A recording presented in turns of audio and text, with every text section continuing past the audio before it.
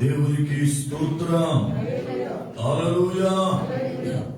కూడి వచ్చినటువంటి మీ అందరికీ యేసుక్రీస్తు నామములో నా హృదయపూర్వకమైన వందనాలు తెలియజేస్తున్నా.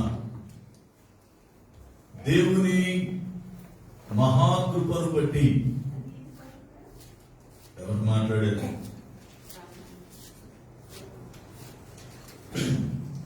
గత రాత్రి కాల వేళ అద్భుతమైన రీతిగా ప్రభువు మనతో మాట్లాడి ఆరాధనను ఆశీర్వాదకరముగా జరిగించారు. దేవునికి స్తోత్రం. హల్లెలూయా. ఈ రెండవ కూడిక కూడా మనకు దీవెనకరముగాను ప్రభువుకి మహిమకరముగాను ప్రభువు జరిగించున్నట్లుగా ప్రార్థన పూర్వకముగా మనము సిద్ధపడి దేవుని యొక్క వాక్యాన్ని వినడానికి పిల్లరా మన హృదయాలను తెరుద్దాం. దేవునికి స్తోత్రం. గత రాత్రి కాలం వేళ ఓబద్యాను గూర్చి మనము నేర్చుకోవడం ప్రారంభించాం. ఓబద్య ఎలాంటి వాడు ఒక్క లక్షణాన్ని మాత్రమే ధ్యానం చేశాం. ఈ రాత్రి దేవుని యొక్క కృపను బట్టి ఆయన ఎంతవరకు మనల్ని నడిపిస్తాడో ఆ విషయాలను నేర్చుకుందాం.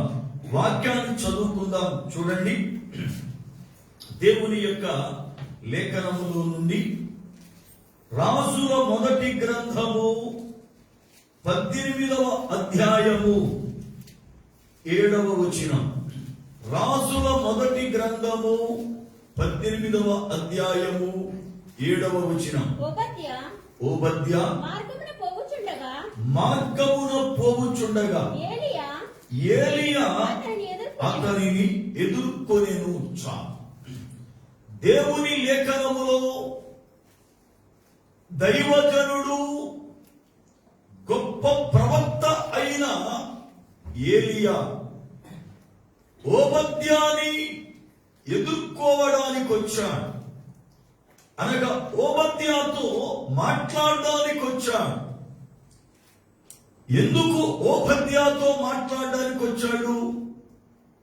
అప్పటికి ఏలియా 3 సంవత్సరాల నుండి ఎవరికి కనబడలేదు, ఎవరితో మాట్లాడలేదు. దేవుడు అతనిని వెళ్లి సారేపతు గ్రామములో విధవరాండ్రి యొద్ద ఉండమన్నప్పుడు ఆమె దగ్గరికి వెళ్ళిపోయాడు.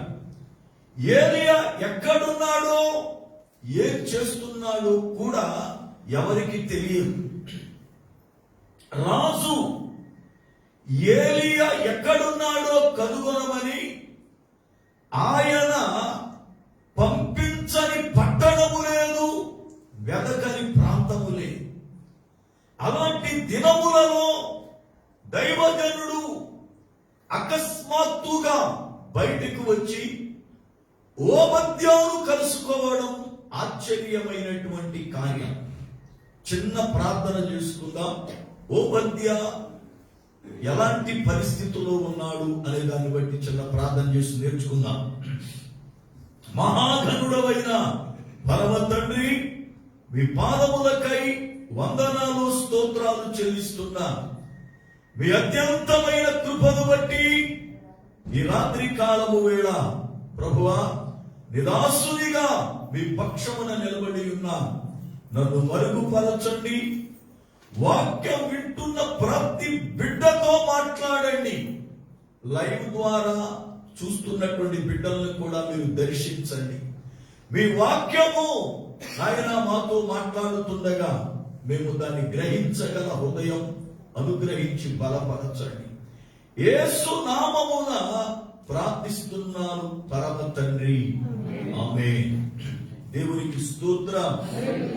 హల్లెలూయా. దైవజనుడైన ఏలియా ఓబద్యాతో మాట్లాడడానికి బయటకు వచ్చి ఓబద్యాతో మాట్లాడడానికి ఆయన ఇష్టపడి ఓబద్యాను కలుసుకున్నాడు. ఒక వ్యక్తిని దేవుడు కలుసుకున్నాడు. కలుసుకోవాలి అని అంటే ఆ వ్యక్తికి ఉండవలసినటువంటి లక్షణాలు కూడా చాలా ప్రాముఖ్యమైనవి. 3 సంవత్సరాలు మరుగుగా ఉన్నటువంటి ఏలియా అకస్మాత్తుగా ఓబద్యాతో మాట్లాడడం ప్రారంభించాడు అంటే ఆశ్చర్యమే. ఎందుకంటే కొన్ని పరిస్థితులు దేవుని యొక్క ప్రత్యక్షత, దేవుని యొక్క దర్శనం ఆగిపోయిన కాలాలలో మరలా తిరిగి ఆయనకిష్టుడైనటువంటి, ఆయనకు నమ్మకస్తుడైనటువంటి వారి ద్వారా తిరిగి దానిని ప్రారంభించడం దేవుడు చేస్తాడు. చూడండి, ఒక మాటను జ్ఞాపకం చేస్తాను.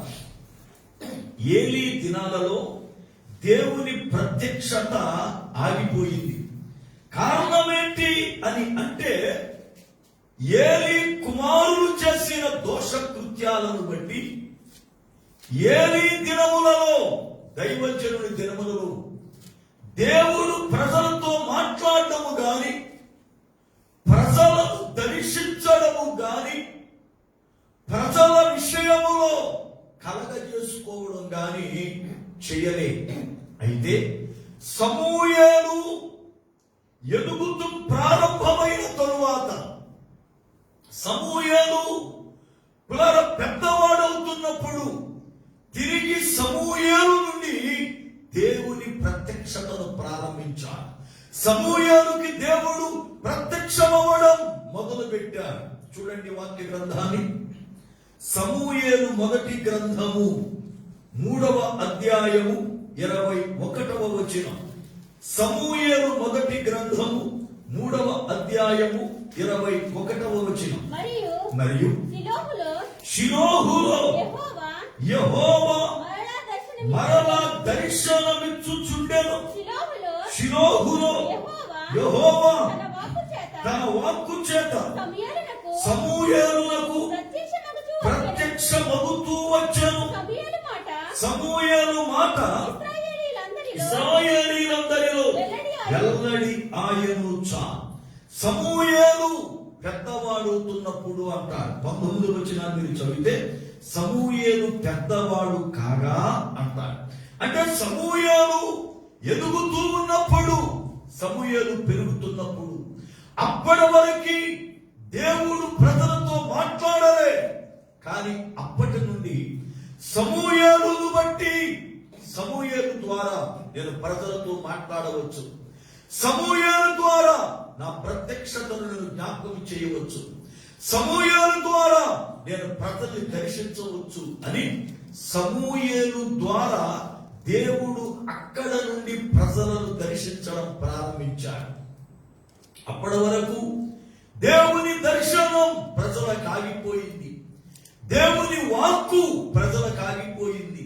కారణం, దేవునికి ప్రజలకు మధ్య నమ్మకముగా ఉండే ఒక వ్యక్తి దేవునికి కావాలి కనుక ఆ వ్యక్తి కొరకు దేవుడు చూచి చూచి చూచి సమూయేలుని ఎన్నుకొని పిల్లారా సమూయేలు ద్వారా మాట్లాడడం ప్రారంభించాడు. నిజముగా సమూయేలును దేవుడు ఎన్నుకోవడం ఆశ్చర్యమైన కార్యం. ఎందుకంటే సమూయేలు కోరాహు వంశానికి సంబంధించిన వాడు.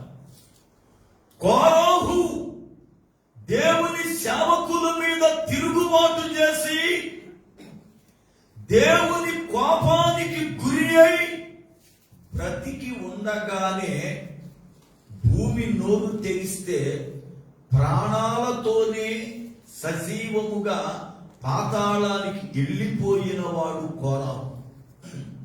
కోరాహే కాదు, తనతో పాటు ఏకీభవించిన 250 మంది కుటుంబాలను కూడా పాతాళానికి తీసుకెళ్లిపోయిన వాడు కోరాహు. అలాంటి కోరాహు వంశములో నుండి వచ్చిన వాడు సమూయేలు. సమూయేలుని ఎంత బలముగా దేవుడు వాడుకున్నాడు. దేవుని సేవకుల పైన తిరుగుబాటు చేసిన కోరాహు కుటుంబములో నుండి బయటికి వచ్చిన కోరాహు గుణము రాలేదు సమూయేలుకి. దేవుడు ఒక వ్యక్తి ద్వారా తన చిత్తాన్ని బయలుపరచాలి అంటే ఆ వ్యక్తి ఎలాంటి వాడై ఉండాలో ఓబద్యాను బట్టి నేర్చుకోవాలి. ఎందుకంటే దేవుడు ప్రజలను దర్శించేవాడు.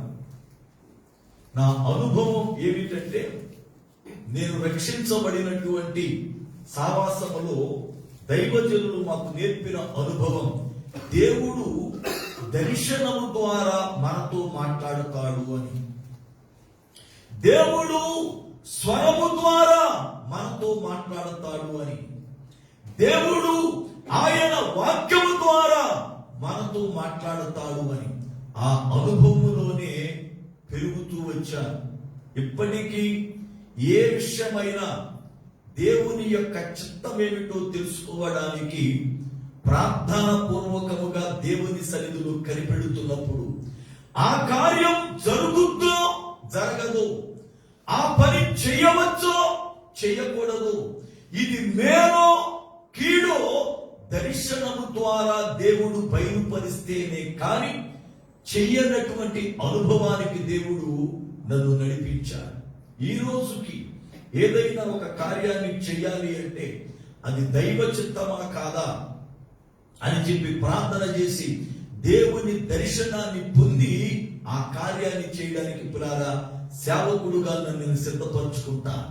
దేవుడు దర్శనము ద్వారా మనతో మాట్లాడేవాడు.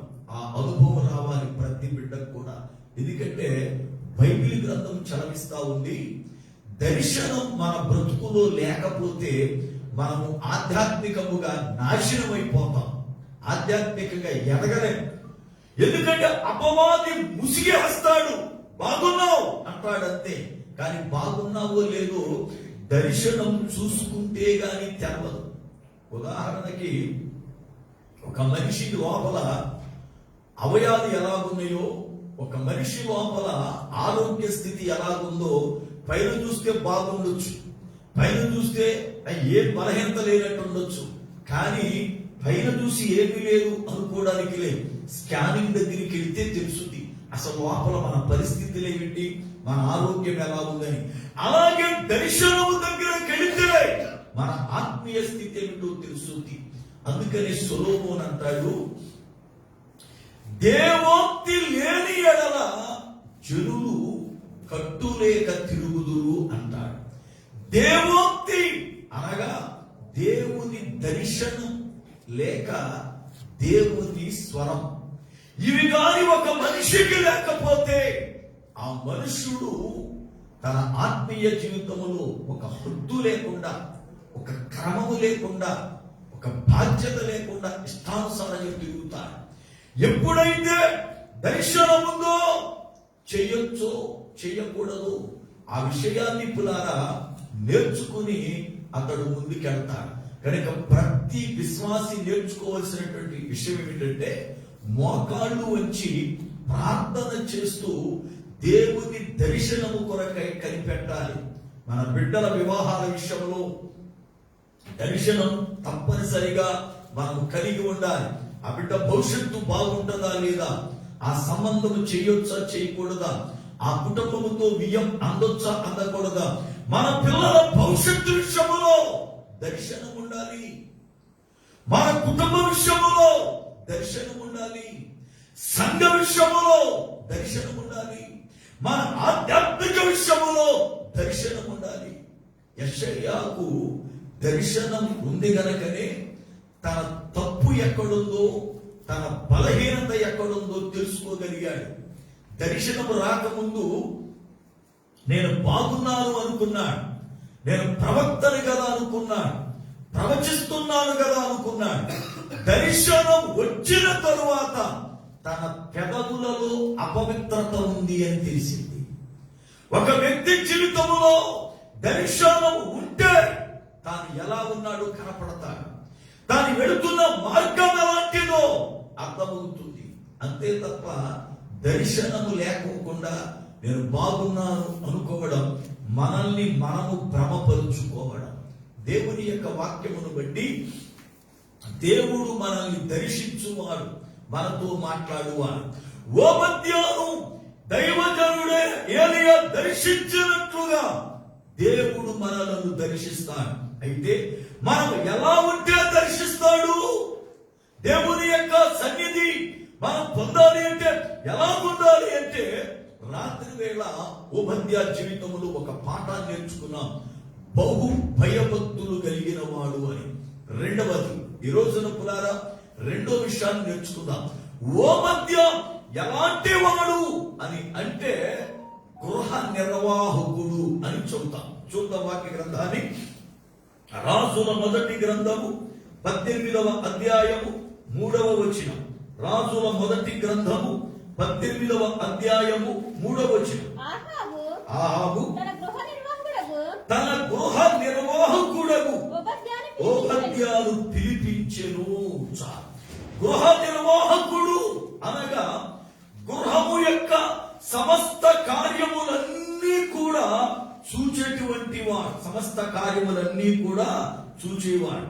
పరిశుద్ధ గ్రంథములో యోసేపును గూర్చి మనము చదువుకుంటే, యోసేపుని తమ యొక్క అన్నయ్యలు, వీడి వల్ల మనకేం ఉపయోగం లేదు, వీడు చస్తే వీడిని అమ్మేస్తే డబ్బులు వస్తాయని వాళ్ళ అన్నయ్యలలో 4వ అన్నయ్య యూదా చెప్పాడు వాళ్ళకి. యూదా మాట విని యోసేపుని ఇష్మాయేలీలు ఆ దారమ్మటే పెడతా ఉంటే వ్యాపారం చేసుకోవడానికి వాళ్ళకి అమ్మేశారు. ఈ ఇష్మాయేలీలు యోసేపును తీసుకువెళ్ళి ఐగుప్తు దేశములో రాజ సంరక్షణ సేనాధిపతికి అమ్మేశారు. అతని పేరు పోతీఫర్. ఈ పోతీఫర్కి అమ్మేస్తే యోసేపు దాసుడే, ఇంట్లో పనుడే, పాలేరి. కానీ ఇంట్లో దాసుడుగా ఉన్న యోసేపు గృహ నిర్వాహకుడి వలె సమస్త కార్యాలు చూసేవాడు. బైబిల్ గ్రంథం రాయబడిన మాట ఏంటంటే, ఈ పోతీఫర్ అనబడుతున్నటువంటి ఈ సైనికుడు యోసేపు తన ఇంటిలోనికి దాసుడుగా వచ్చిన తర్వాత ఇంటికొచ్చి డ్యూటీ నుండి భోంచేసి మరలా డ్యూటీకి వెళ్ళడమే తప్ప ఏ నాడు కూడా ఇంట్లో ఏమున్నాయి, ఎంత వస్తుంది, ఎంత ఖర్చు పెడుతున్నారు, ఏం జరుగుతుంది అని ఏనాడు చూసుకోలేదట. కారణం ఏమిటి అని అంటే, యోసేపు గృహ నిర్వాహకుడి వలె సమస్త కార్యములను చక్కబెట్టేవాడు. చూడండి వాక్య గ్రంథాన్ని. ఆదికాండము 39వ అధ్యాయము. ఆదికాండము 39వ అధ్యాయము 6వ వచనం. అతడు తనకు కలిగినదంతయు యోసేపు చేతికి అప్పగించి తాను ఆహారం తినుట తప్ప తనకేమి ఉన్నదో ఏమి లేదో విచారించిన వాడు కాదు. దేవుని వాక్యములో రాయబడిన మాట, అతడు తన ఇంటిలో భోజనం చెయ్యడం తప్ప అసలు ఏముందో ఏమీ లేదు ఎన్నడూ చూసుకోలేదట. కారణం ఏమిటి అంటే, యోసేపు గృహ నిర్వాహకుడి వలె ఆ ఇంటికి ఎప్పుడు ఏది కావాలో, ఆ ఇంటిలో ఎప్పుడు ఏ కార్యం చేయాలో, ఆ ఇంటికి ఏమి తీసుకురావాలో, ఇంటిలో నుండి తీసుకెళ్లి బయట ఏమి పడేయాలో, ఎవరిని పనిలో పెట్టుకోవాలో, ఎవరిని తీసేయాలో, ఎవరికి ఎంత ఏ రీతిగా పనిని అప్పగించాలో ఈ కార్యములన్నీ చేసేవాడు యోసేపు. అనక గృహ నిర్వాహకుడు ఎలా ఉంటాడు? ఓబద్యా రాజు ఇంటిలో గృహ నిర్వాహకుడు అనంటే, రాజు గృహం అనగా దేవుని సంఘానికి ముంగుర్తు అని రాత్రి జ్ఞాపకం చేశాను. దేవుని యొక్క సంఘములో మనం గృహ నిర్వాహకుని వలె ఉండాలి. చాలా మంది సంఘానికి వస్తారు కానీ బాధ్యత రహితముగా పిల్లారా ఉండరు. చాలా మంది వస్తారు సంఘానికి, ఆరాధనగానే వెళ్ళిపోతారంటే బాధ్యత ఉండదు. అదే మనం వెళుతున్న సంఘం అనంటే అది మన సంఘమే కదా, ప్రభువు మనకి చక్కనటువంటి సంఘాన్ని అప్పగించాడు, చక్కనటువంటి దైవజనుడిచ్చాడు, చక్కని సహవాసం కలిగి ఉన్నాం. అయితే నేను మందిరానికి వెళ్తూ ఉన్నా, అది నా ఇల్లు.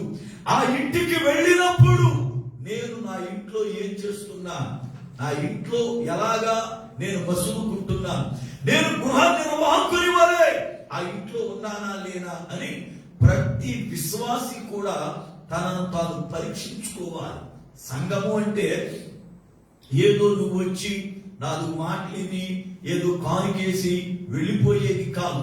సంఘము అనగా పునారా దేవుని శరీరం. సంఘము అనేక ఆత్మలు రక్షింపబడి పరలోకానికి వెళ్ళడానికి ఒక ద్వారం. ఇలాంటి ద్వారములోనికి వచ్చినటువంటి మనము, సంఘములో విశ్వాసులమైన మనము గృహ నిర్వాహకుని వలె పరిచర్య చేసే వారమై ఉండాలి. సంఘాన్ని కనిపెడుతూ ఉండాలి. సంఘములో ఏమున్నాయి, ఏమి లేదు, ఏమి వాడుతున్నా, ఏమి వాడలే, ఎలా పని చేస్తున్నాం, ఎలాగ పని చేయటం లేదు. మన ఆత్మీయ జీవితములో పరిచర్య చాలా ముఖ్యమైనది. నేను చాలా మందిని గమనిస్తా ఉంటాను, ఎన్నో సంవత్సరాలుగా మందిరానికి వస్తున్నా చేసేవాళ్ళే చేసుకుంటారు అన్నట్టుగా పోతారు బయటికి ఆరాధన అవగానే. లేదంటే పని వచ్చి కనీసం వాళ్ళు కూర్చునే కుర్చీ అయినా ఏదైనా దుమ్ముతో ఉంటే, కింద ఏదైనా దుమ్ము పడి ఉంటే, అరే దేవుని మందిరం ఇలా ఉందేంటి, ఎవరు చూడటం లేదేమో, కనీసం తుడుద్దాం అని గాని, లేకపోతే ఆరాధన అంతా అయిపోయిన తర్వాత అయ్యా పరిచర్య చేస్తాం ఇలా ఉందని గాని మాట్లాడరు. చాలా మంది వస్తారు, వాళ్ళు పోతా ఉంటారు. బాధ్యత లేనటువంటి విధానం. కానీ గృహ నిర్వాహకుడు అంటే ఎలా ఉండాలో వాక్యములో చూద్దాం. దయచేసి చూడండి. తీతు పత్రిక 1వ అధ్యాయము 7వ వచనం. తీతు పత్రిక 1వ అధ్యాయము 7వ వచనం. చూడండి. ఎందుకనగా అధ్యక్షుడు దేవుని గృహ నిర్వాహకుని వలె నిందారహితుడై ఉండవలెను. అతడు స్వేచ్ఛాపరుడు, ముక్కోపియు, మద్యపానీయు, దుర్లాభము అపేక్షించువాడు కాక. దేవుని లేఖనములో అపోస్తలుడైన పౌలు తీతుకి పత్రిక రాస్తూ ఉన్నాడు. తీతు అనబడుతున్న ఈ యవనస్తుడు పౌలు గారి ద్వారా రక్షించబడ్డాడు. క్రేతు అనబడుతున్న పట్టణములో దైవజనుడిగా పనిచేస్తున్నాడు. దైవజనుడిగా పనిచేస్తున్నటువంటి క్రేతులో ఉన్న ఈ తీతుకి పౌలు రాస్తూ అంటాడు, అయ్యా గృహ నిర్వాహకుని వలె అధ్యక్షుడుగా ఉండేవాడు ఇదుగు నిందారహితుడై ఉండాలి. అంటే గృహ నిర్వాహకుడు ఎలాంటి వాడు అంటే ఏ నింద, ఏ మచ్చ, ఏ డాగు లేనోడై ఉండాలి. దేవుని స్తోత్రం. మన సంఘములో గృహ నిర్వాహకులు వలె ఉండాలి అంటే సంఘం అనే గృహాన్ని నిర్వర్తించు వారమై ఉండాలంటే, సంఘం అనే గృహాన్ని నడిపించు వారమై ఉండాలి అంటే నిందారహితులమై ఉండాలి. నిందారహితులమై ఉండాలి. కొన్ని సంఘాలలో సంఘాన్ని నడిపే పెద్దలు ఉంటారు. సంఘాన్ని నడపడానికి ఒక కమిటీ ఉంటుంది. సంఘాన్ని నడిపే వాళ్ళు ఒక ప్రత్యేకమైన టీం ఉంటుంది. వీళ్ళని చూస్తే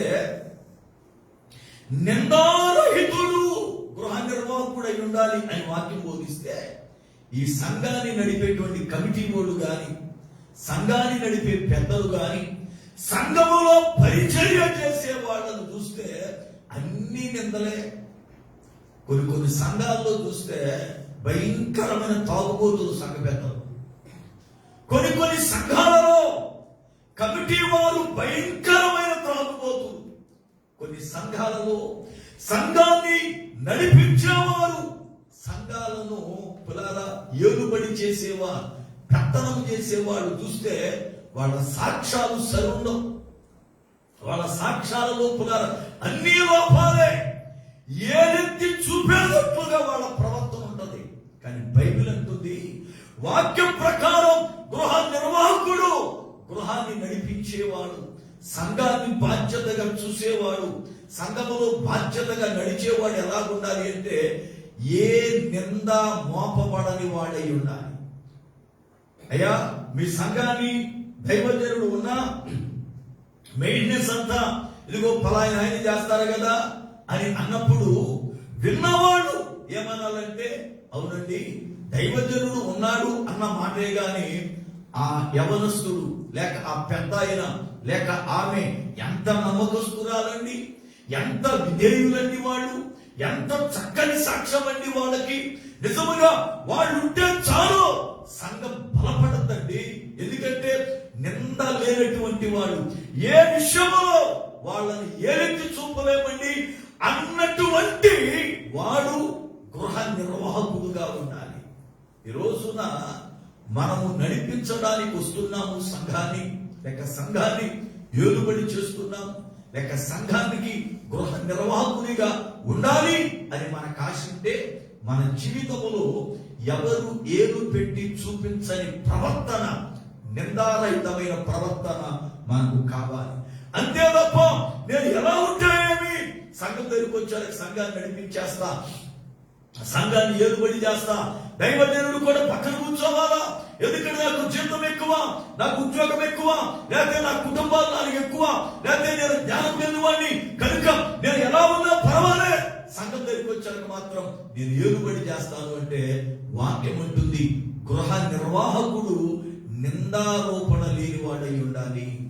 ఏ నింద లేనివాడు సంఘాన్ని కాయడానికి గాని సంఘాన్ని నడిపించడానికి గాని యోగ్యుడు.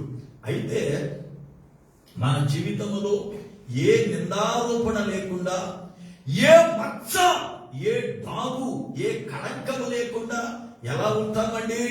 అంటే ప్రతి మనిషిలో ఏదో బలహీనత ఉంది కదా, ప్రతి మనిషి ఏదో విషయంలో బలహీనుడే కదా.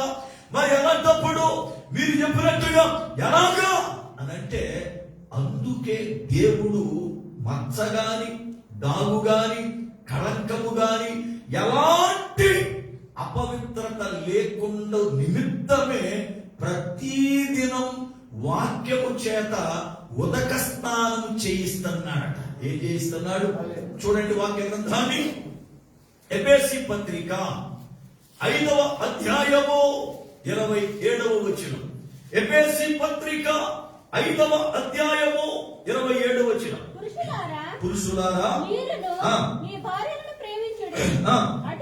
అటువలే క్రీస్తు కూడా సంఘమును ప్రేమించి, చూడండి అది కళంకమైనను ముడతయైనను అట్టిది మరి ఏదైనను లేక పరిశుద్ధమైనది గాను నిర్దోషమైనది గాను మహిమ గల సంఘము గాను ఆయన తన ఎదుట దానిని నిలబెట్టుకొనవలెనని వాక్యముతో ఉదక స్నానము చేత దానిని పవిత్ర పరచి పరిశుద్ధ పరచుటకై దాని కొరకు తనను తాను అప్పగించుకొనెను. చాలు. యేసు ప్రభువారు తనను తానే శిలువ మరణానికి ఎందుకు అప్పగించుకున్నాడు? ఆయన శక్తివంతుడైన దేవుడు కదా. ఆయన మాట చేత సృష్టిని సృష్టించిన వాడు కదా. అలాంటి ఆయన రిక్తుడిగా మారి తనను తానే మరణానికి అప్పగించుకున్నాడు. ఎందుకయ్యా అప్పగించుకున్నాడు అంటే తన సంఘం తన ఎదుట నిలబడేటప్పుడు ఏ నిందారాపణ లేకుండా ఉండాలట. ఏ నింద ఆ బిడ్డ పైన ఉండకూడదు. అందుకనే వాక్యము చేత ప్రతిదినం ఆయన మనల్ని ఉదక స్నానం చేయిస్తున్నాడు. వాక్యం ఎందుకు వినాలి అంటే చాలా మంది అంటారు బలపడడం కోసం అండి అంటారు. బలపడడం అంటే ఏంటి? బలపడడం అంటే ఏంటి? వాక్యం వినేసి బాగుంది, లేక సంతోషించాం, వాక్యం బాగా చెప్పాడు అనుకోవడం కాదు. బలపడాలి అంటే ఏం జరగాలి? ఒక మాట చెబుతాను. వాక్యము అనేది మనం వింటున్నప్పుడు మనం బలపడాలి అంటే ఏం జరగాలంటే, ఒక తోట ఉంది. ఈ తోటలో యజమానుడు యూరియా వేస్తున్నాడు, మొక్కలు బాగా ఎదగాలని, మొక్కలు బాగా బలపడాలని, మంచి అభివృద్ధి రావాలని. యూరియా వేసేటప్పుడు తోట ఎలా ఉంటే నాకెంట్లే, తోట నిండుగా ఉంది, ఏ మొక్కలైతే నాకెంటని యూరియా వేసేడు. తానేసే మందు, తానేసే ఆ ఆహారం వ్యర్థం కాకూడదని ముందు ఏం చేస్తాడంటే పిచ్చి మొక్కలన్నీ ఏరేస్తాడు. ఆ తోటలో పిచ్చి మొక్కలన్నీ ముందు కలుపు తీస్తాడు. ఎందుకంటే తాను వేసే ఆ యొక్క యూరియా లేక మందు ఇదిగో మొక్కలకు మాత్రమే పని చేయాలి. వాక్యం వినేటప్పుడు మన ఆత్మీయ జీవితంలో వాక్యం వింటున్నప్పుడు మనం చేయవలసిన పని ఏం తెలుసా? మనలో వ్యర్థమైనవి తీసేసుకోవాలి, వ్యర్థమైనవి సరి చేసుకోవాలి. చాలా మందిని గమనిస్తూ ఉంటారు, విశ్వాసులుగా చాలా బాగా కనపడతారు, పైకి మంచి ప్రార్థన చేస్తారు, వాక్యం చదువుతారు, వాక్యం మాకు బాగా తెలుసు అంటారు, పాటలు పాడతారు, కాల్పిస్తారు, భక్తిగా చాలా బాగుంటారు. కానీ దైవజనుడు ఆత్మపూర్ణుడై మాట్లాడుతున్నప్పుడు ఏదైనా ఒక మాట దైవజనుడికి తెలియకోకుండానే దేవుడు మాట్లాడుతున్నప్పుడు ఏదైనా ఒక మాట ఆ మనిషికి గుచ్చుకుంటే అప్పుడు చూడాలి అసలు ఎవరు ముఖం మారిపోతుంది. ఓసర వెలుగులాగా రంగులు మారిపోతా ఉంటాయి. అప్పుడు దాకా మాయిగారు ఇంతగారు, మాయిగారు అంతగారు అన్నవాళ్ళు, అప్పటి వరకు ఏమండి నాకు వాక్యం తెలుసు అన్నవాళ్ళు, అప్పటి వరకు మా సంఘము లేని సంఘము లేనివాడు అన్నవాడు, ఎప్పుడైతే వాళ్ళకి గుచ్చుకుందో వెంటనే లోపల కెలక ప్రారంభమై ముఖం మార్చేసుకుని ఇక తలకాయ పైకి ఎత్తావు. ఎందుకు వచ్చింది ఈ గుణం నీకు? నువ్వు సరి చేసుకోవాలనేగా దేవుడు మాట్లాడాడు. నువ్వు కూడా అడిగింది అదేగా, ప్రభువా నాతో మాట్లాడాలి. మరి మాట్లాడుతున్నప్పుడు ఎందుకు ముఖం మార్చేసుకుని తలకాయ కిందకెట్టావు? ముఖం మార్చేసుకోవడం కాదు, ఇక అక్కడ నుండి సేవకుడితో మాట్లాడడం, పక్కన విశ్వాసంతో మాట్లాడడం మానేస్తా. ఇక అక్కడ నుండి ఈయన ఎప్పుడు చూసినా అలా విమర్శిస్తాడండి, ఎప్పుడు చూసినా అలా తిడతాడండి. ఆ సంఘానికి వెళితే అసలు ఎంత బాగుంటుందో వాక్యం. ఏం బాగుంది? గుచ్చుకుందా? గుచ్చుకోదు. అసలు గుచ్చుకుంటే ఎలాగా? సేవకుడంటే మరి అలా గుచ్చుకుంటూ మాట్లాడాలా? చక్కగా వాక్యం చెప్పాలి. చక్కగా వాక్యం చెప్పడం అంటే ఏంటి? గుచ్చుకోకుండా, పాపము సరికాకుండా వాక్యం చెప్పడం వాక్యానుసారముగా అది పాపం. ఎందుకంటే వాక్యం ప్రకటిస్తున్నప్పుడు అది గుచ్చుకోవాలి. గుచ్చుకుంటేనే మనలో ఆ పాపం ఉందని అర్థమవుతుంది. అప్పుడు దాన్ని మనం సరి చేసుకోగలుగుతాం. చాలా మంది వాక్యం కావాలి అంటారు, కానీ వాక్యం దగ్గరికి వచ్చి నిలబడలేదు. వాక్యం మాట్లాడుతుంటే లోపల ఉన్న పాపం కెలకేసి, ఈ గుడైతే మనకు నచ్చదు, ఈ పాస్టర్ గారు అయితే మనకు నచ్చదు, మనకు నచ్చినోడు చక్కగా నవ్వించేవాడు, కవ్వించేవాడు అలాంటోడు కావాలి. కానీ ఇలాగా మనం చేసేయన్ని బయటకెట్టి, మనం చేసే తప్పులన్నీ ఎత్తిపట్టి మనల్ని చూపించేటువంటి వాడు మనకు అక్కర్లేదని వెళ్ళిపోతూ ఉంటారు. ప్రియ దేవుని బిడ్డలారా, వాక్యం ఎందుకు ప్రకటించబడుతుంది అంటే దేవుని వాక్యము ద్వారా ప్రతిదినం మనం కడగబడతామని. మనలో ఎక్కడ మచ్చుందో, ఎక్కడ బాగుందో, ఎక్కడ చెడుందో అది సరి చేసుకుంటామని. ఎందుకంటే బలహీనం మనం దినదినము బలహీనమే. ఎంత వాక్యం చెబుతున్నా, రాత్రి ఎంత వాక్యం విన్నా, మళ్ళీ పగలంతట్లో ఎక్కడోసారి పడిపోతా ఉన్నాం, ఎక్కడోసారి జారిపోతున్నాం. మాట ద్వారా, ఆలోచన ద్వారా, క్రియ ద్వారా, తలంపు ద్వారా ఎక్కడో చోట బలహీనమే. ఆ బలహీనతలను సరిచేసి మళ్ళీ శుద్ధీకరణగా ఉండేటట్లు చేసేది దేవుని వాక్యం. దేవునికి స్తోత్రం. కనుక వాక్యం ఎందుకు ప్రకటించబడుతుంది అంటే మనము పరిశుద్ధులుగా ఉండాలి.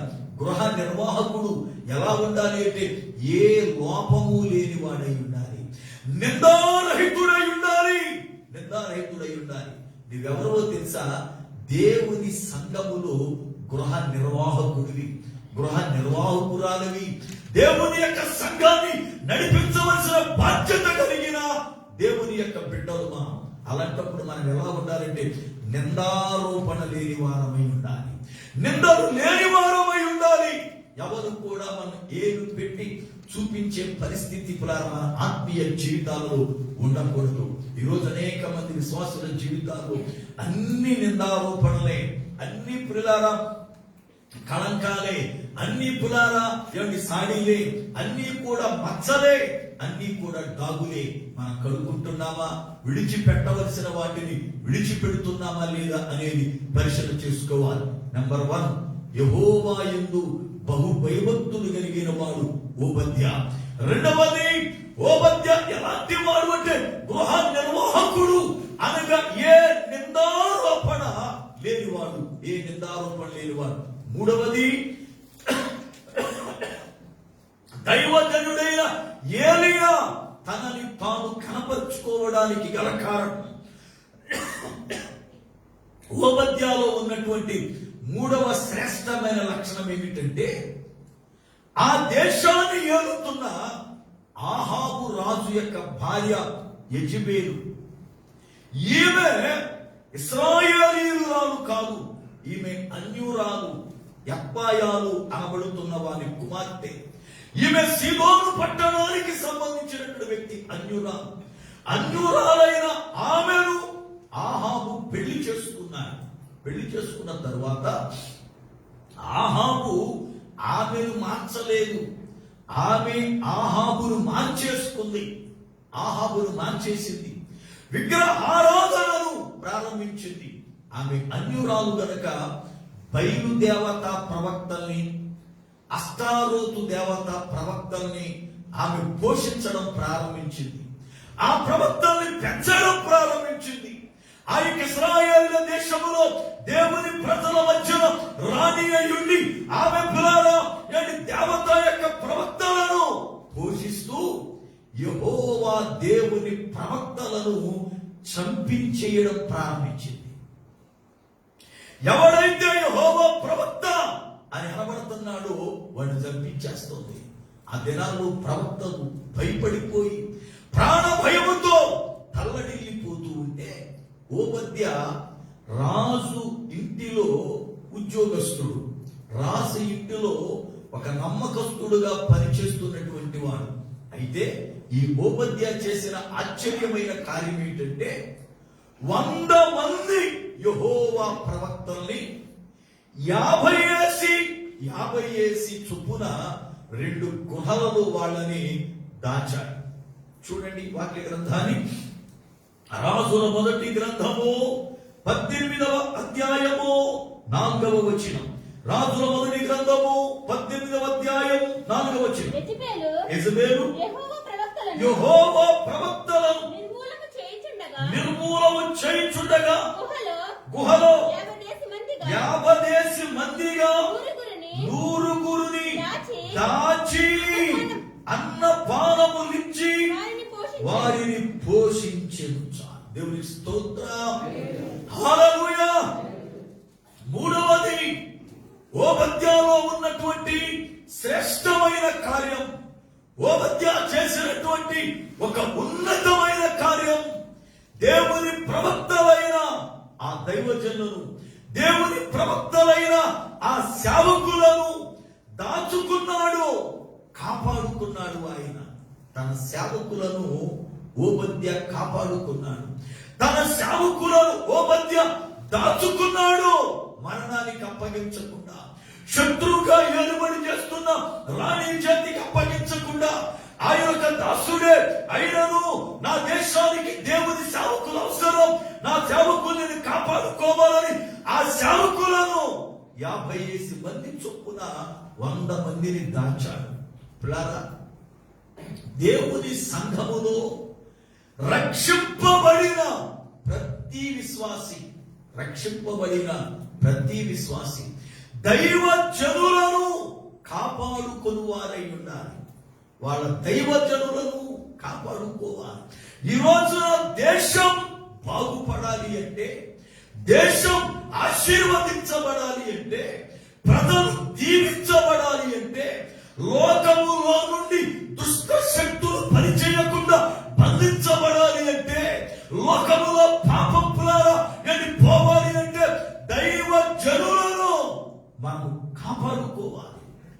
కాపాడుకోవాలి సేవకుల్ని? సేవకుల్ని మనం దాచుకుంటే ఏంటి మనకు ఉపయోగం? సేవకుడి వల్ల మనమిద్దే బ్రతుకుతున్నాం అనుకుంటారు చాలా మంది. నువ్విస్తే బ్రతకడు సేవకుడు. సేవకుడు ఉన్నాడు గనుక దేవుడు నిన్ను బ్రతికిస్తున్నాడు. సేవకుడు ఉన్నాడు గనుక దేవుడు నిన్ను ఆశీర్వదిస్తున్నాడు. సేవకుడిని బట్టి నువ్వు ఆరోగ్యముగున్నావు, నీ కుటుంబం ఆరోగ్యముగుంది, నువ్వు క్షేమకరముగున్నావు. అంతేగా నువ్విచ్చే కానుక వల్ల సేవకుడు పులారా బ్రతకడు. చాలా మంది మేమిస్తే బ్రతుకుతున్నాం అనుకుంటా. దేవుని సేవకుడు మనమిస్తే బ్రతికేవాడు కా. దేవుని సేవకుడిని దేవుడు పిలిచినప్పుడే ఆయనకు ఏమి అవసరమో సమస్తమును దేవుడు సిద్ధపరుస్తాడు. ఆ సేవకుడిని బట్టి మనల్ని దేవుడు దీవించడం ప్రారంభిస్తాడు. దేవునికి స్తోత్రం, హల్లెలూయా. ఎందుకు కాపాడుకోవాలి సేవకుడిని? సేవకుడిని ఎలా కాపాడుకోవాలో ఒక మాట చెబుతా. రోమా ప్రభుత్వ కాలంలో దైవజనులను క్రైస్తవులని ఘోరముగా చంపేశారు. 2, 3, 4 శతాబ్దాల కాలంలో. అయితే ఆ దైవజనులను చంపేటప్పుడు క్రైస్తవుల్ని గాని సేవకుల్ని గాని ఎంత ఘోరంగా చంపారంటే, సేవకుల్ని ఆటలు ఆడే ఒక గ్రౌండ్ వదిలిపెట్టి వాళ్ళ మీదకి సింహాలను వదిలేవాడు. వీళ్ళందరూ గ్యాలరీలో కూర్చుని ఆ సింహాలు వాళ్ళ మీద పడి చంపి పీక్కు తింటే చప్పట్లు కొట్టి ఏర్లేసేవారు. అంత ఘోరంగా చంపేవారు. కొంతమంది సేవకులను క్రైస్తవులను తారు గుడ్డలో చుట్టి, ఆ తారు యొక్క గుడ్డతో చుట్టబడినటువంటి సేవకుని ఒక స్తంభాన్ని కట్టి కింద నిప్పు పెట్టి ఆ తారు గుడ్డ ఎలుగుతూ ఉంటే, ఆ గుడ్డలో సేవకుడు కాలిపోతుంటే ఆ వెలుగులో గుర్ర పందాలు ఆడేవాడు. అంత ఘోరమైనటువంటి మరణాలు పులారా దేవుని సేవకులు అనుభవించారు. కొంతమంది అయితే ఏక్ అనబడుతున్న అడవి దున్నపోతు చర్మాన్ని తెచ్చి ఆ చర్మములో పట్లములాగా సేవకులను కూర్చోబెట్టి కుట్టేసి ఎర్రటి ఎండలో వేస్తే ఆ చర్మం ఎండకి అలా ముడుచుకొని బిగుస్తూ బిగుస్తూ ముడుచుకొని అలా ఉండలాగా అయిపోతే లోపల ఈ సేవకులు ఎముకలు పటపట ఇరిగి అలాగును చనిపోయేవారు. అంటే ఎంత భయంకరముగా క్రైస్తవులు అనబడుతున్న వారిని రోమా ప్రభుత్వం చంపివేసిందో లెక్కలేదు. పురాణం సేవకులను ఎంత ఘోరముగా హింసించారు. సేవకులు దేవుని కొరకు ఎంత ఘోరముగా చంపబడ్డారో మన చరిత్రను చూస్తే మనకు అర్థమవుతుంది. ఆ దినాలలో దైవజనుడిని ఒకరిని రోమా యొక్క సైన్యం తరుగుతుంది పట్టుకోవడానికి. అది దైవజనుడు మరణ భయముతో పారిపోయి ఆల్బన్ అనబడుతున్నటువంటి ఒక నాస్తికుని ఇంట్లోకి వెళ్ళాడు. ఆ నాస్తికుడు ఈయన చూసి సర్లే ప్రాణభయంతో వచ్చాడు, అతను ఎవరైతే నాకేంటి అని చెప్పి షటర్ ఇచ్చాడు. అయితే ఈ యొక్క దైవజనుడు ఆ ఇంట్లో ఉంటూ ఆయన యొక్క ప్రార్థనా జీవితం, ఆయన యొక్క నడవడిక, ఆయన క్రియలు నాస్తికుడైన ఆల్బన్ చూచి దైవజనుని ప్రవర్తనను బట్టి తాను రక్షణ పొందాడు. దేవుని స్తోత్రం. మారు మనసు పొంది తాను ప్రభుని అంగీకరించాడు. అయితే ఈ దైవజనుడు ఫలానా ఆల్బన్ ఇంట్లో ఉన్నారని రోమా సైన్యానికి తెలిసినప్పుడు రోమా సైన్యం పట్టుకోవడానికి వచ్చింది. ఈ సంగతి ఆల్బన్కి తెలిసి, నా సేవకుణ్ణి నేను కాపాడుకోవాలి, నా సేవకుణ్ణి కాపాడుకోవాలి అంటే అవసరమైతే నా సేవకుని కొరకు నేనే చనిపోవాలి అని చెప్పి వాళ్ళు వచ్చి తలుపు తడుతున్నప్పుడు దైవజనుని బట్టలు ఆల్బన్ వేసుకుని వెళ్ళి తలుపు తీశాడు. వీళ్ళకి అంతకుముందు ఆల్బన్ ఎలా ఉంటాడు, దైవజనుడు ఎలా ఉంటాడో తెలీదు, ఆల్బన్ ఎలా ఉంటాడో తెలీదు. దైవజనుని బట్టలు వేసుకున్నాడు కనుక ఇతడే సేవకుడు అనుకుని నువ్వేనా అని అంటే నేనే అని అన్నప్పుడు పట్టుకుని వెళ్ళి అతన్ని చంపివేశారు. అనగా సేవకుడిని కాపాడుకోవడానికి దైవజనుని కొరకై ఆల్బన్ అనబడుతున్న నాస్తికుడు రక్షింపబడి తన ప్రాణాన్ని ఇచ్చాడు. దేవుని పిల్లలు నేటి దినాలలో తమ సేవకుణ్ణి కాపాడుకోవాలి. అయితే కాపాడుకునే ముందు సేవకుణ్ణి గూర్చి ముందు తెలుసుకోవాలి. ఎందుకంటే నేను ఎప్పుడు ఒకటే చెబుతాను, మీకుండే ఆత్మీయ సేవకుడు, మీకున్న దైవజనుడు నిజమైన సేవకుడేనా? మీకుండే దైవజనుడు మారు మనసున్నోడేనా? మీకుండే దైవజనుడు దేవుని పిలుపు ఉన్నవాడేనా? మీకున్న దైవజనుడు ఆత్మల భారము కలిగిన వాడేనా? సేవకుడు అంటే దేవుని సంఘం కొరకై బ్రతికేవాడై ఉండాలి. నశించిపోతున్న ఆత్మల కొరకై ప్రాణం అవసరమైతే పెట్టేవాడై ఉండాలి. దైవజనుడు అనగా దేవుని కొరకై తన చివరి శ్వాసను వదిలేవాడై ఉండాలి. అంతేగాని సేవకుడు అంటే ఏదో కలెక్టర్ పదం అన్నట్లుగా, సేవకుడు అంటే ధనాన్ని సంపాదించేవాడిగా, సేవకుడు అంటే షూట్లు బూట్లేసి తిరిగేవాడిగా, సేవకుడు అంటే పులారా ఏదో పెద్దనాలు చేసేవాడిగా కాదు. సేవకుడు నశించిపోతున్న ఆత్మల కొరకై తపన పడి నమ్మకముగా సంఘము కొరకై ప్రాణమిచ్చేవాడై ఉండాలి సేవకుడు. అలాంటి సేవకుణ్ణి మీరు ఎన్నుకోవాలి. అలాంటి సేవకుణ్ణి వెతికి ఆ సేవకుడు దగ్గరికి వెళ్ళి మీరు ఆత్మీయతలో పెరగాలి.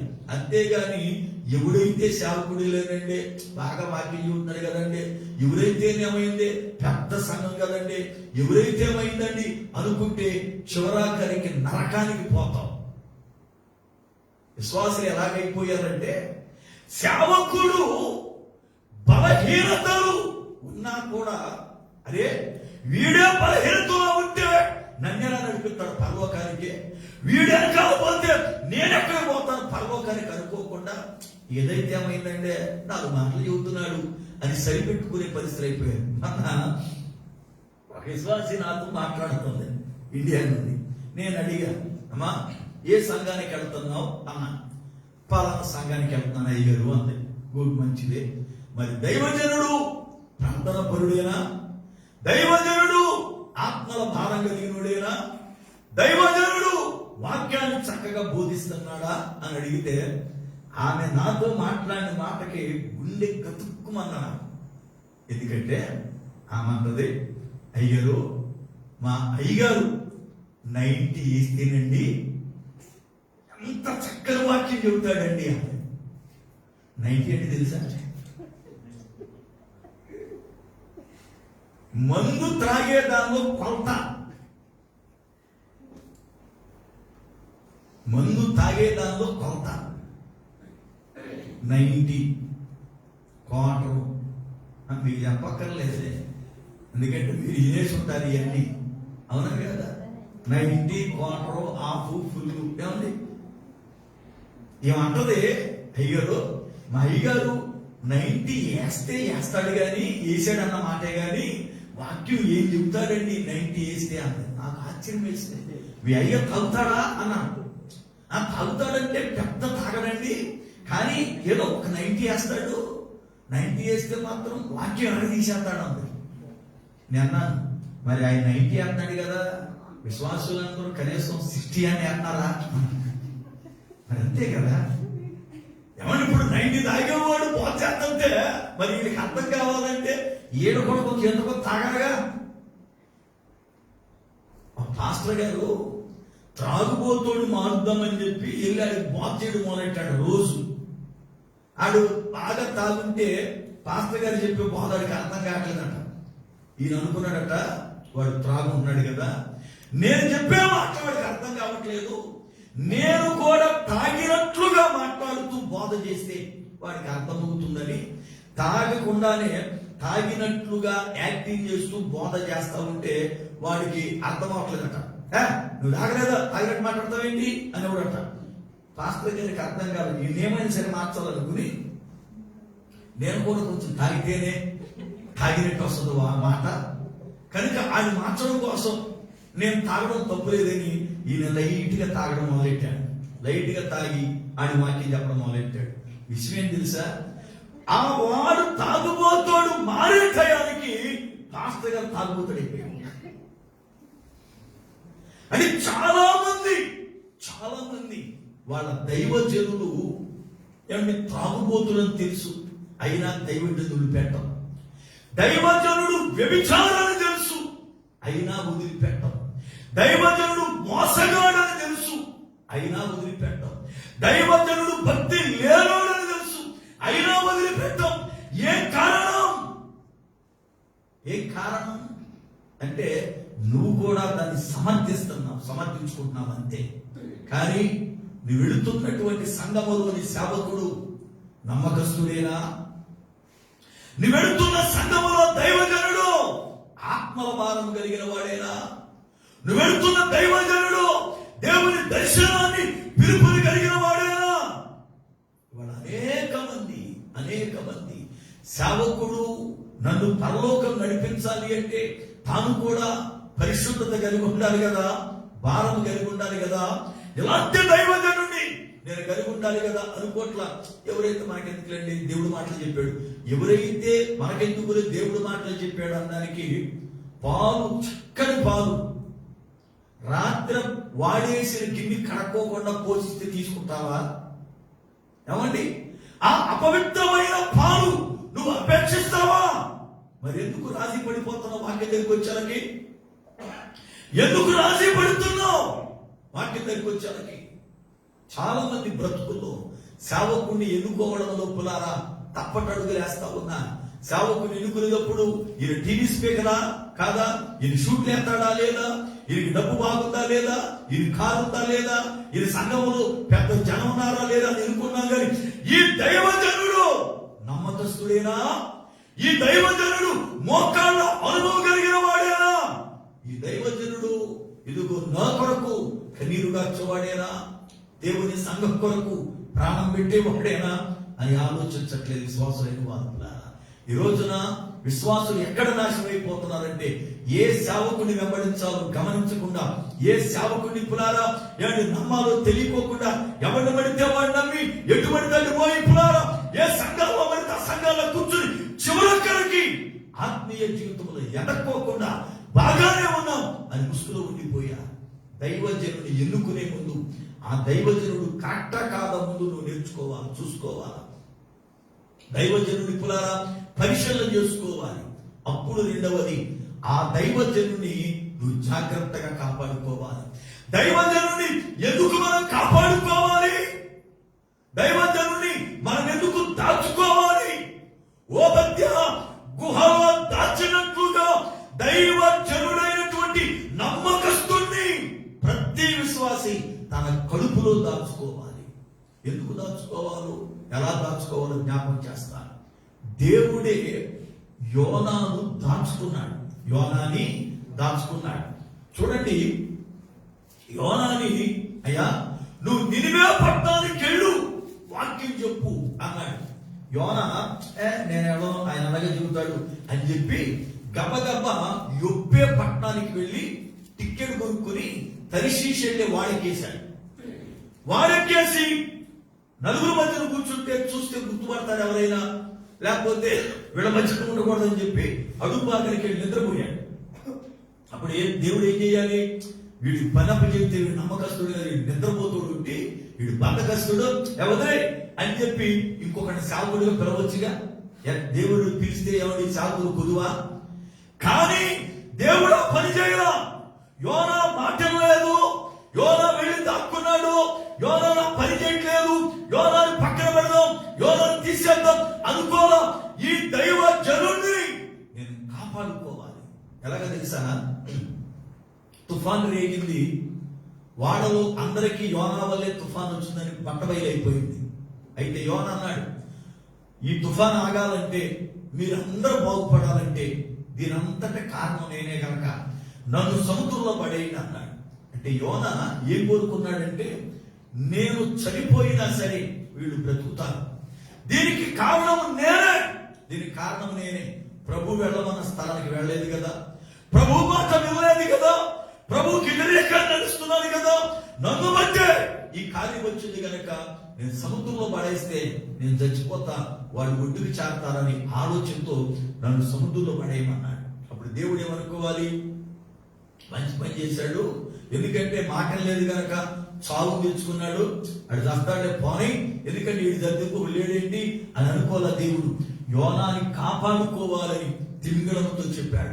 తిమింగళమా, నీ వెళ్ళి నా సేవకుని మృంగు, నేను చెప్పిన స్థలాన్ని తీసుకెళ్లి కక్కు అని తిమింగళానికి చెప్తే తిమింగళము వెళ్ళి దైవజనుడైన యోనాని మృంగి 3 రోజుల తర్వాత దేవుడు ఎక్కడ విడిచిపెట్టమన్నాడు ఆ నినివే పట్టణపు రేవులు విడిచిపెట్టింది. జాగ్రత్తగా గమనించండి, ఎందుకు దేవుడు అంత శ్రద్ధ తీసుకున్నాడు యోనా విషయంలో? ఏమండి, యోనా విషయంలో ఎందుకంత శ్రద్ధ తీసుకున్నాడు? సౌలు రాజు చిన్న పని చేస్తే, చిన్న తప్పు చేస్తే వెంటనే రాజును పక్కనెట్టి దావీదును కోరుకున్న దేవుడు, దావీదును రాజుగా చేసిన దేవుడు, సౌలుని పురాణ విడిచిపెట్టిన దేవుడు యోనా తప్పు చేస్తే ఎందుకు విడిచిపెట్టలా? వెంటనే వేరే వాడిని ఎందుకు ఏర్పాటు చేసుకోవాలా? ఎందుకంటే యోనా దైవజనుడు, యోనా ప్రవక్త. యోనాని దేవుడు కడుపులో పెట్టుకుని ఎందుకు కాచుకున్నాడు, ఎందుకు దాచుకున్నాడు చెప్పనా?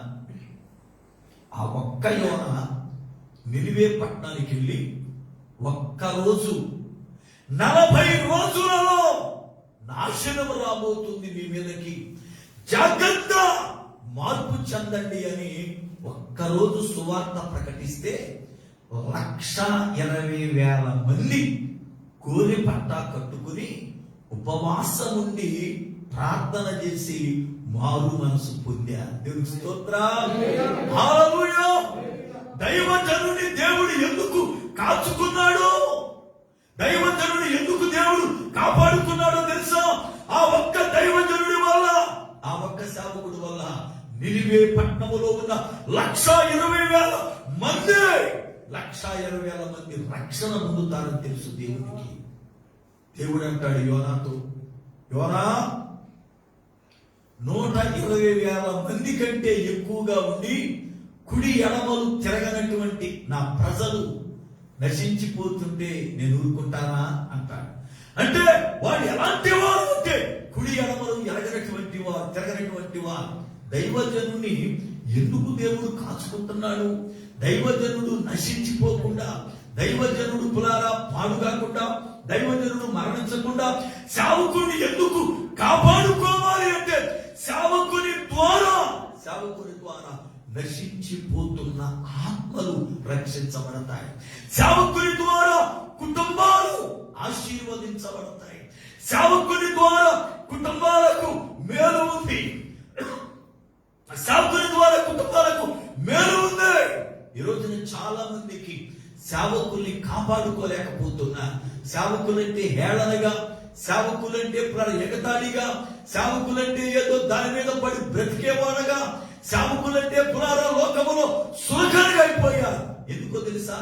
వాక్యానుసారముగా నడిచే సేవకులు తక్కువైపోయారు కనుక ఈరోజు లోకములో అనేక మంది మేము సేవకులు అని పేరెట్టుకుంటున్నారు, క్రీస్తు నామానికి కళంకంగా బ్రతుకుతున్నారు. సేవకులని పేరు పెట్టుకుంటున్నారు, దేవుని యొక్క నామానికి ఏడవగా బ్రతుకుతున్నారు. వాళ్ళ నడవడిక, వాళ్ళ క్రియలు, వాళ్ళ ప్రవర్తన దేవుని నామానికి మచ్చ తెస్తున్నాయి. అందుకని నిజమైనటువంటి దైవజనుడు ఎవరు? లోకములో ఉన్న దైవజనుడు ఎవరు? లోకం గుర్తించాలా. వాళ్ళని బట్టి నిజమైన సేవకులు కూడా నిందలు, మచ్చలు వస్తున్నాయి. కానీ వాక్యం ప్రకారం ఒక దైవజనుడిని సంఘం ఏం చేయాలి అంటే, వాళ్ళ దైవజనుడు నమ్మకస్తుడు అని చెప్పినప్పుడు ఆ దైవజనుడిని ఓబద్యావని కడుపులో దాచుకోవాలి. కడుపులో దాచుకోవడం అంటే అర్థం ఏమిటి అంటే, ఆ బిడ్డ ప్రార్థించినప్పుడల్లా, ఆ సంఘం ప్రార్థించినప్పుడల్లా, ఆ విశ్వాసులు ప్రార్థించినప్పుడల్లా దైవజనుని ఎత్తి పట్టడం నేర్చుకోవాలి. దైవజనుని వరకు కన్నీరు గచ్చడం నేర్చుకోవాలి. అయ్యా, మా దైవజనుడికి సంపూర్ణ ఆరోగ్యం ఇస్తే ఇంకా కొన్ని సంవత్సరాలు బ్రతుకుతాడు కదా, ఇంకా కొన్ని సంవత్సరాలు బ్రతికితే ఇంకా కొంతమందిని నీ కొరకు సంపాదిస్తాడు కదా. అయ్యా, ఆ దైవజనుడు బ్రతికి ఉంటే అనేక కుటుంబాలకు మేలు కదా, ఆ దైవజనుడు బ్రతుకుంటే అనేక పట్టణాల్లో సువార్త ప్రకటిస్తాడు కదా. ఆ దైవజనుడికి ఆరోగ్యం ఉంటే, ఆయుష్ ఉంటే, ఆ దైవజనుడిని అయ్యా నువ్వు కాపాడుతుంటే నీ విషయమై నీ కొరకు ప్రాణం పెడతాడు కదని మన మోకాడు వచ్చినప్పుడల్లా దైవజనుడి కొరకు కన్నీరు కార్చువారమై ఉండాలి. దైవజనులు దేవుని సేవకులను, దేవుని పిల్లల్ని కాపాడుకుంటే మనకెంత మేలో ఒక మాట చెబుతా. ఎరుకో పట్టణాన్ని వేడి చూడడానికి వెళ్ళారు ఇశ్రాయేలీయులు ముఖ్యులైనటువంటి వారిద్దరిని రాహాబు దాచిపెట్టుకుంది. వాళ్ళ ఇద్దరిని రాహాబు దాచిపెట్టడం వలన ఆ కుటుంబం రక్షించబడమే కాదు, ఈనాడు చరిత్రలో క్రీస్తు వంశావళిలో తన పేరు ఉంది. దేవునికి స్తోత్రం. ఒక వేశ్య పేరు చరిత్రలో ఉంటుంది. ఎక్కడైనా ఒక వేశ్యను గురించి చరిత్రలో ఎవరైనా చెప్పుకుంటారా? కానీ ఎందుకు వాళ్ళ ఆమె వేశ్య అయినా క్రీస్తు వంశావళిలో ఉందో కారణం తెలుసా? ఆమె చేసిన మొదటి పని దేవుని సేవకులైన వారిని దాచిపెట్టింది. మరణానికి అప్పగించకుండా, శత్రువులకు అప్పగించకుండా, కీడుకు అప్పగించకుండా, సమస్యలకు అప్పగించకుండా దైవ జనులను కడుపులో పెట్టుకుని కాచుకునే విశ్వాసులు కావాలి. ఓబద్య ఎలాంటి వాడు అంటే చిన్న ఉద్యోగస్తుడే, రాజకోటలో ఉద్యోగస్తుడే, కానీ ప్రవక్తలను వీడు దేవుని ప్రవక్తలు, వీళ్ళని నేను కాపాడుకుంటే నా దేశానికి ఆశీర్వాదం, వీళ్ళను నేను భద్రపరిస్తే నా దేశానికి ఆశీర్వాదం అని 50 మందిని దాచి పిల్లారా వాళ్ళను పోషించాను. నిజముగా ఓబద్యాకు తెలుసు ఈ సంగతి గాని తెలిస్తే నన్ను రాణి చంపిస్తుందని. ఈ సంగతి గాని తెలిస్తే నాకు మరణం అని తెలుసు. మరణం అని తెలిసినా, మరణ శిక్ష అని తెలిసినా మరణానికి భయపడకుండా నేను చనిపోయినా పర్వాలేదు, దైవజనుడు బ్రతకాలి, నా దైవజనుడిని నేను కాపాడుకోవాలి అని పిల్లారా దేవుని సేవకులను దాచిపెట్టాడు. ఇవాళ సేవకుల కొరకు ఎందుకెంతగా చెబుతున్నాను అంటే పిల్లారా, ఒక మాట చెబుతా. లోకములో ఒక మనిషి, ఒక రాజకీయ నాయకుడు గాని, ఒక విద్యావేత్త గాని, ఒక పిల్లారా స్పోర్ట్స్ ఆడేవాడు గాని, లేక ఒక లోకములో ఘనత వహించిన వాడు గాని ఎవడైనా చనిపోతే ఆ కుటుంబానికే నష్టమేమో, వాళ్ళే ఏడుస్తారేమో. కానీ ఒక దైవజనుడు మరణిస్తే మళ్ళీ తిరిగి అలాంటి దైవజనుడు పుట్టాడు. ఎందుకంటే దైవజనుడిని దేవుడు ప్రత్యేకించి ఏర్పరచుకుంటాడు. అలాంటి దైవజనుడు ఇక పుట్టడమే కాదు, ఒక దైవజనుడు మరణించడం వల్ల అనేక మంది పరలోకానికి వెళ్ళే కార్యము ఆగిపోద్ది. ఆశీర్వాదము పొందే కార్యం ఆగిపోద్ది. ఎందుకో తెలుసా? అలాంటి దైవజనుడు మళ్ళీ ఇంకా రాడు. మీరు గమనించండి, చరిత్రలో గొప్ప గొప్ప దైవజనులు, విలియం కేరీ లాంటి దైవజనుడు మళ్ళా వస్తాడా? ఈ రోజున విలియం కేరీని బట్టి బైబిల్ గ్రంథాన్ని మన ఇండియాలో 17 భాషల్లో తర్జుమా చేశాడు. అలాంటి దైవజనుడు ఉండబట్టి బైబిల్ చదవగలుగుతున్నాం. నేడు అలాంటి దైవజనుడు మళ్ళీ పుట్టలేదు పుల్లారా. మీరు చూడండి, ఈ రోజున పుల్లారా మన సేవకులలో అలాంటి దైవజనుడు మరలా రాలా. మాసిలిమణి గారు గొప్ప దైవజనుడు, మరలా పుట్టలేదు. నడిపించు నానావా ఈ రోజుకి పాడుతున్నామంటే ఆ దైవజనుడు రాసిన పాటే. మాసిలిమణి గారు 1914వ సంవత్సరం పిఠాపురంలో జన్మించాడు. పిఠాపురంలో 1914లో జన్మించి ఆయన రక్షించబడి నడిపించు నానావ రాస్తే ఈ రోజుకి పాట పాడుతున్నాం. ఇవాళ అలాంటి దైవజనుడు ఉన్నాడా? పులారా రేడియో ప్రసంగికులు ఆర్ఆర్కే మూర్తి గారు అలాంటి దైవజనుడు మళ్ళీ రాగలరా? ఈ రోజున పులారా డిసిఎస్ దినకరణ గారు లాంటి దైవజనుడిని మళ్ళీ చూడగలమా? ఏసన్న గారు లాంటి దైవజనుడిని చూడగలమా? ఒక దైవజనుడు చనిపోతే పునారా మళ్ళీ దైవజనుడు పుట్టాడు. అలాంటి వాడు చాలా మంది సేవకులు రావచ్చు, కానీ అలాంటి పిలుపు కలిగిన వాడు, అలాంటి సమర్పణ కలిగిన వాడు, ఆ రీతిగా దేవుని కొరకు వాడబడే దైవజనుడు మనకి దొరకడు. అందుకే సేవకుని, దేవుని పిల్లలు, నమ్మకస్తుడైన సేవకుని, సేవ కొరకే బ్రతికే సేవకుని, సేవే నా జీవితం తప్ప ఇక వేరేది ఏదీ లేదు, సేవ కొరకే అవసరమైతే నా ప్రాణం ఇస్తా అనే సేవకుల్ని దేవుని పిల్లలు కంటికి రెప్పలా కాపాడుకోవాలి. ఈ రోజున పిల్లల సేవకుడు అంటే ఏదో పైకి కనబడుతున్నటువంటి మామూలు వ్యక్తి కాదు. అతడు దేవుని చేత ఏర్పరచబడిన వాడు.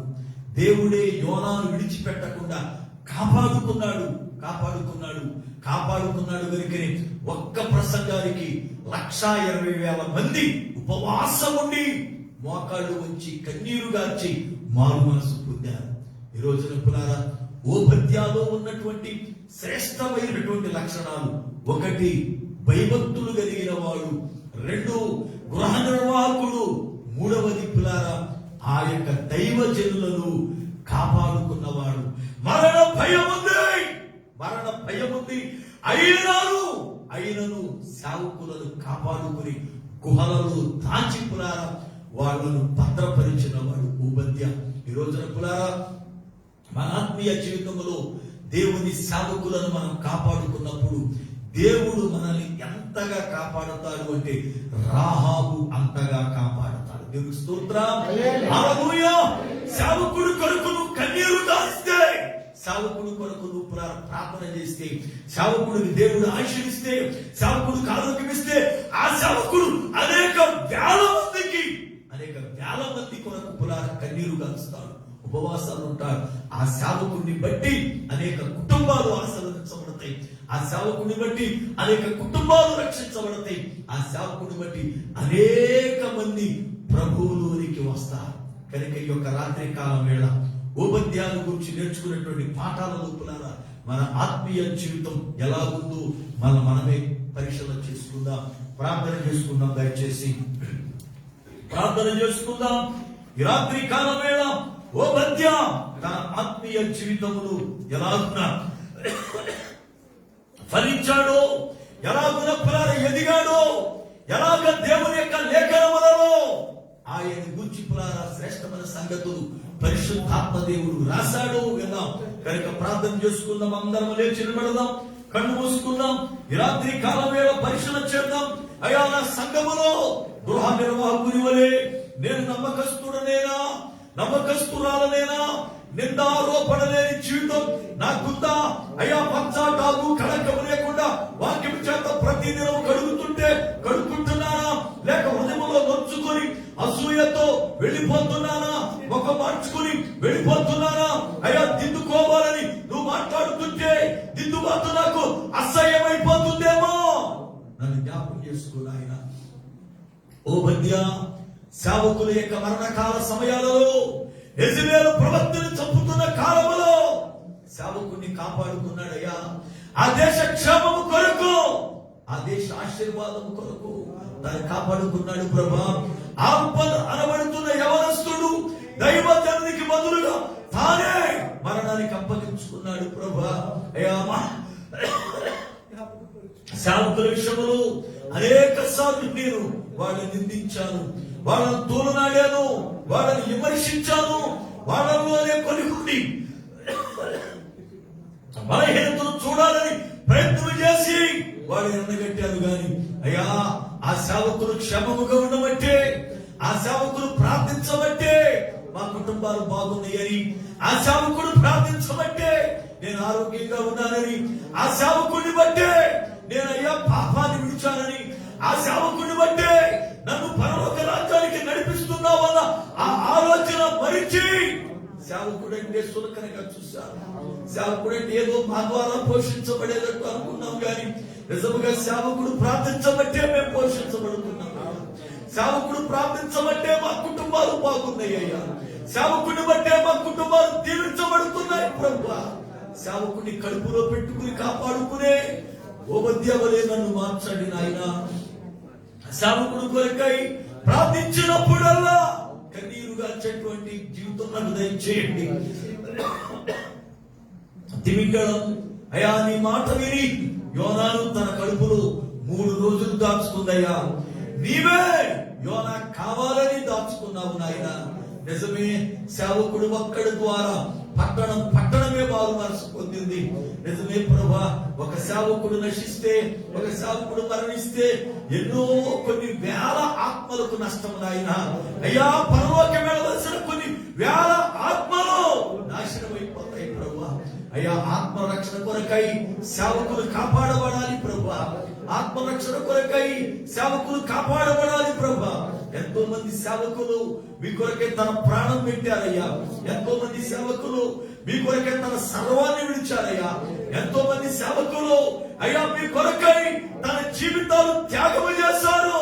భార్యను విడిచి, పిల్లల్ని విడిచి, ఉద్యోగాలు విడిచి, అయ్యా ధనాన్ని విడిచి, లోకాశలు విడిచి, వారి యొక్క శరీర ఆశలన్నీ చంపుకొని మా కొరకే బ్రతికే సేవకులు ఉన్నారు నాయన. అయ్యా అటువంటి సేవకుల విషయంలో మేము పొరపాట్లు చేస్తున్నాం ప్రభా. అయ్యా సేవకుడిని ఎలా కాపాడుకోవాలో తెలియక ఇప్పటి వరకు నడిచాం నాయన. మమ్మల్ని జ్ఞాపకం చేసుకోమని ప్రార్థన చేసుకుందాం. ఆఖరి ప్రార్థన సురేష్ మాస్టర్ గారు చేస్తారు, నేను దేవునిస్తాను. ప్రార్థన చేసుకుందాం.